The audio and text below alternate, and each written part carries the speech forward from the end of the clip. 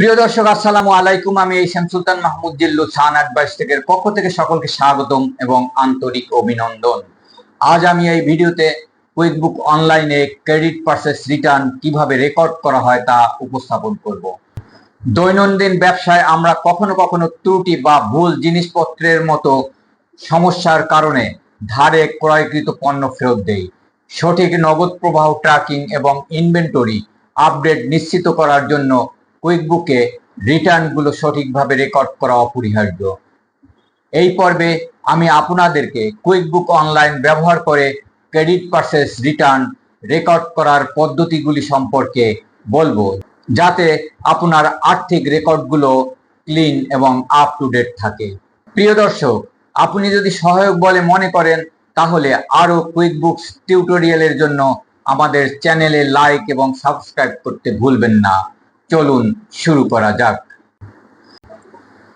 এখন আমরা আপনাকে উদাহরণ সহ দেখাবো কিভাবে কুইকবুক অনলাইনে ধারে ক্রয় এবং ক্রয় ফেরত রেকর্ড করা হয়, পার্ট 1 এবং পার্ট 2, যাতে আপনি বিক্রেতার লেনদেনগুলি সঠিকভাবে পরিচালনা করতে পারেন এবং আপনার অ্যাকাউন্টগুলো আপ টু ডেট রাখতে পারেন।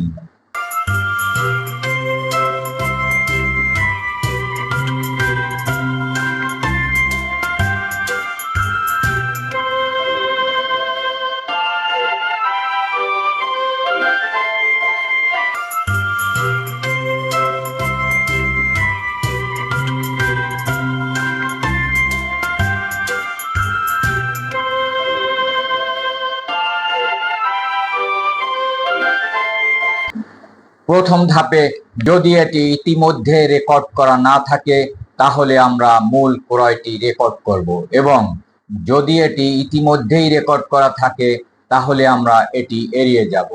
এখন আমরা ধরে নিচ্ছি এটি রেকর্ড করা হয়নি, তাই আমরা এটি রেকর্ড করব। চলুন শুরু করি। আমরা সর্বপ্রথম উপরে বাম পাশে প্লাস নিউ বাটনে সিলেক্ট করে আমরা ক্লিক করব।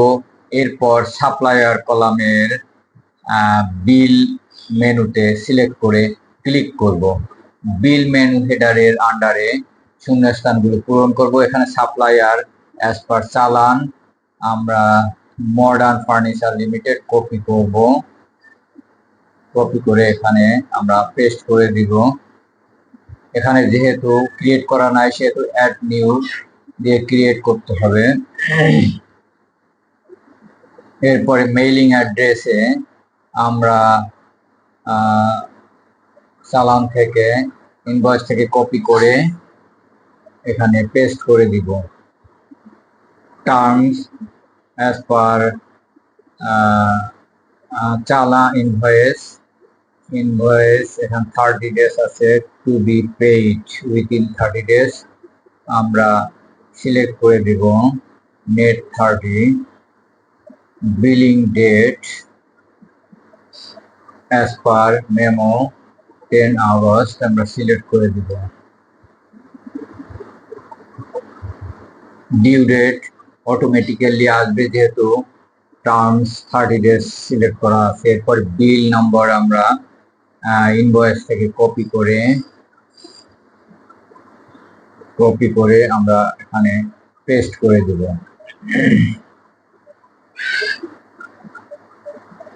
এরপর মূল ভাউচারটি পোস্টিং দেওয়ার জন্য আমাদের হাতে অপশন আছে দুইটি, একটি ক্যাটাগরি ডিটেলস, অপরটি আইটেম ডিটেলস। ক্যাটাগরি ডিটেলস যদি আমাদের ইনভেন্টরি ট্র্যাকিং করার প্রয়োজন না হয় তাহলে ক্যাটাগরি ডিটেলস আমরা ব্যবহার করব, এবং আইটেম ডিটেলস যদি ইনভেন্টরি ক্যালকুলেটের প্রয়োজন হয় তাহলে আইটেম ডিটেল। আমরা ধরে নিলাম যে আমাদের ইনভেন্টরি ট্র্যাকিং করার প্রয়োজন নাই, এই জন্য ক্যাটাগরি সিলেক্ট করব। এখানে ক্যাটাগরি ফার্স্ট আইটেম আমরা first item purchase as per invoice office desk, এখান থেকে আমরা কপি করে আমরা ফার্স্ট আইটেম ক্যাটাগরিতে সিলেক্ট করে পেস্ট করে দিব এবং সিলেক্ট করে দিচ্ছি। তারপরে ডেসক্রিপশনে আমরা ইনভয়েস থেকে কপি করছি। এরপর এখানে আমরা ডেসক্রিপশনে পেস্ট করে দিব। Description office dates 3 units at the rate of $120, amount 360 days, tax যেহেতু এখানে ট্যাক্সের অপশন নেই সেহেতু আমরা out of scope of tax আমরা সিলেক্ট করে দেবো। দেন এটি চলে গেছে কলামটি। সেকেন্ড আইটেম আমরা ইনভয়েস থেকে কপি করব, অফিস চেয়ার কপি করে নিচ্ছি এবং সেকেন্ড আইটেমে পেস্ট করে দিচ্ছি। এরপর আমরা এখান থেকে সিলেক্ট করে দিচ্ছি। ডেসক্রিপশনে আমরা ইনভয়েস থেকে কপি করে আনবো, office chair 5 units $80 per unit আমরা এখানে পেস্ট করে দিচ্ছি। তো office 5 units at the rate of $80, $400 amount. এবং থার্ড আইটেম বুক সেলফ আমরা এখান থেকে কপি করে নিচ্ছি। এরপর আমরা এখানে পেস্ট করে দিচ্ছি।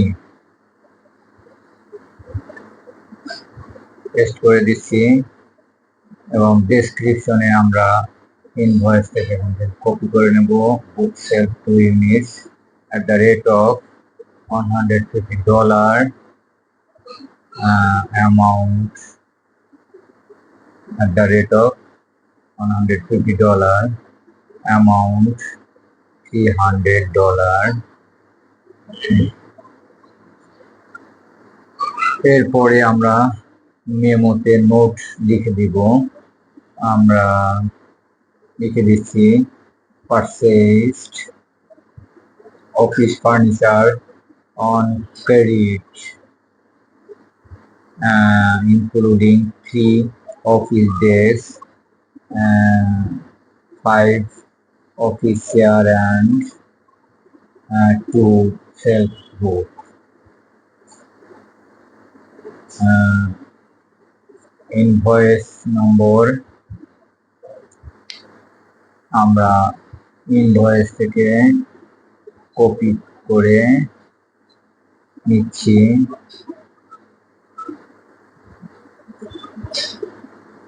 এবং এখানে পেস্ট করে দিচ্ছি। এরপর আমরা ইনভয়েসটি এখানে অ্যাড করে দিচ্ছি।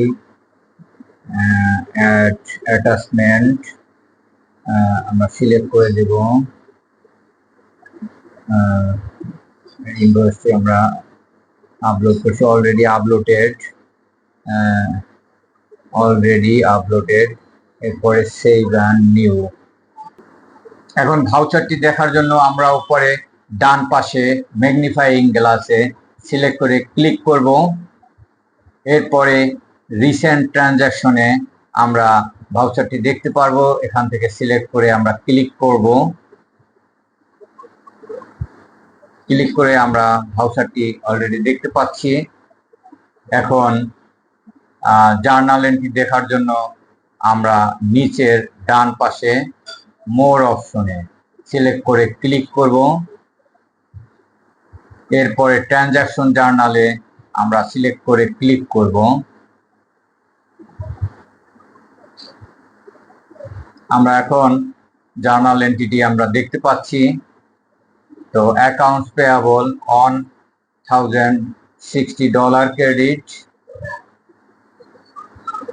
and office desks $360 debit এবং office chair $400 debit, book shelf $300, total on $1,060 according to voucher and invoice. Okay, right. The voucher match according to invoice. আমি এখন এই উদাহরণে আপনাদেরকে দেখাবো কিভাবে কুইকবুকসে ক্রেডিট পারচেজ রিটার্ন রেকর্ড করা হয়।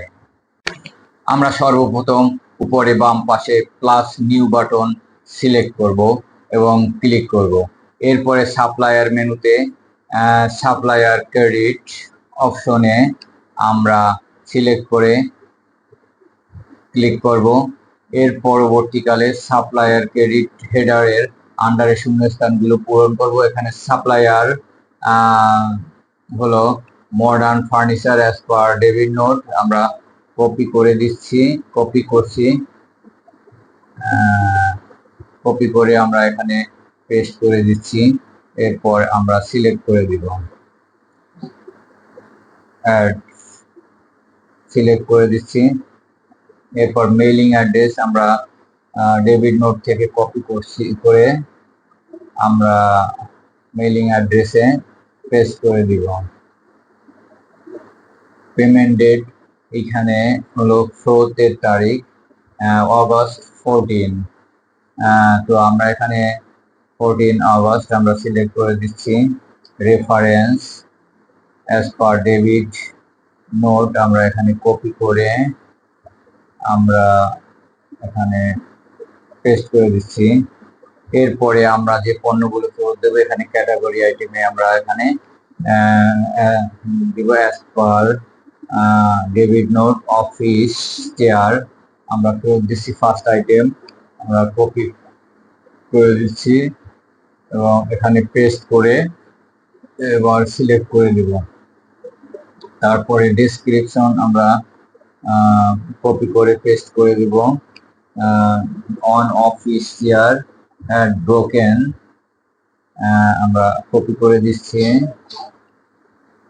এরপরে amount $80 as per debit note আমরা এখানে লিখে দিব। এরপরে যেহেতু ট্যাক্স ছিল না সে কারণে আমরা ট্যাক্সে out of scope of tax select করে দিব, সেক্ষেত্রে কলামটি অলরেডি চলে যাবে। এরপরে চলে গেছে অলরেডি। আমরা এরপর সেকেন্ড আইটেম ফোর্থ আইটেম বুক সেলস আমরা কপি করে দিচ্ছি, কপি পেস্ট করে দিচ্ছি এবং সিলেক্ট করে দিতে হবে। এরপরে description as per debit note one book shelf had scrap and pour আমরা কপি করে পেস্ট করে দিচ্ছি ফর ফিনিশিং এবং অ্যামাউন্ট $150 আমরা লিখে দিচ্ছি। এরপরে আমরা মেমোতে নোটস লিখে দিতে হবে। নোট লিখে দিচ্ছি refund on official $80 and one bookshelf $150 total amount return value আমরা এখান থেকে কপি করে এখানে পেস্ট করে দিচ্ছি। Return value $230। এরপরে আমরা ডেবিট নোটটি এখানে অ্যাড করে দেব। Add attachment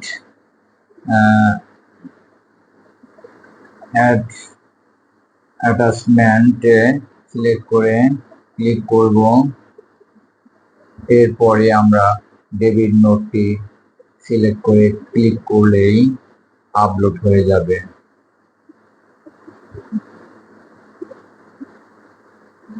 already uploaded, debit নোটটি অলরেডি আপলোডেড। এরপর সেভ অ্যান্ড ক্লোজ। এরপরে আমাদের এন্ট্রি চেক করার জন্য আমরা রিপোর্টে যেতে হবে। আমরা যাচ্ছি রিপোর্ট,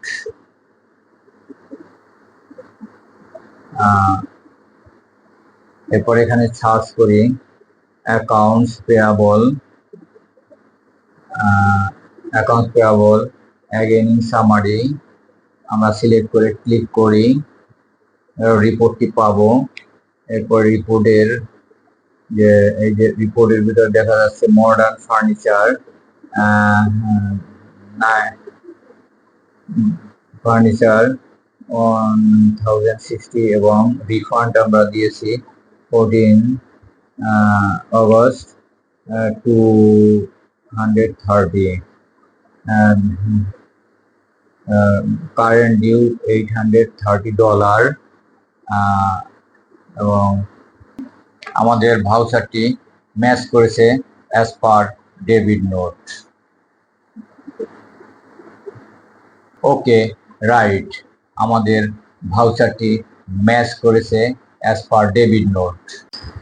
এতক্ষণ দেখার জন্য আপনাকে অসংখ্য ধন্যবাদ। এখন আপনি শিখছেন কিভাবে কুইকবুক অনলাইনে সহজেই ক্রেডিট পারচেস রিটার্ন রেকর্ড করা হয়। এই সহজ প্রক্রিয়াটি নিশ্চিত করে যে আপনার অ্যাকাউন্টগুলো সঠিক থাকে, আপনার বিক্রেতার ব্যালেন্স সঠিক থাকে এবং আপনার আর্থিক প্রতিবেদনগুলি সর্বদাই আপ টু ডেট থাকে। আজ আর নয়, আল্লাহ হাফেজ।